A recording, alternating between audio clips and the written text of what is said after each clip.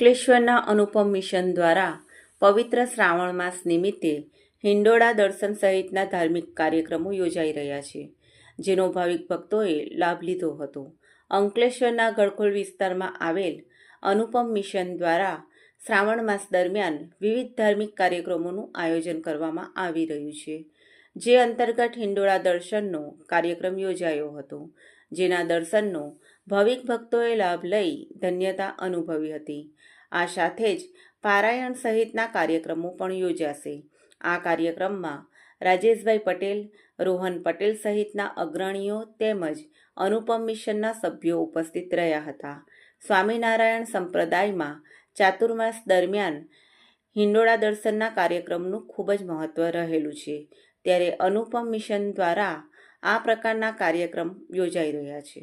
ચૂકાઈ ગયો હોય તો મધરાતે ગમે ત્યારે ફોન કરી અને ગુરુને એક ખુલ્લા દિલથી પૂછી શકે.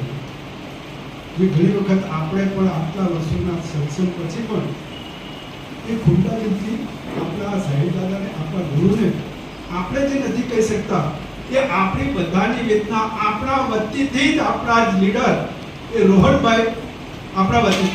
સ્વામી મહારાજની જે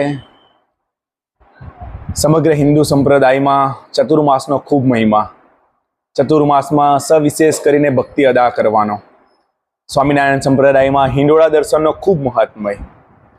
12 જુલાઈએ હિંડોળા મહોત્સવની શરૂઆત થઈ અને આજે પવિત્ર શ્રાવણ મહિનાની શરૂઆત થઈ જઈ રહી છે.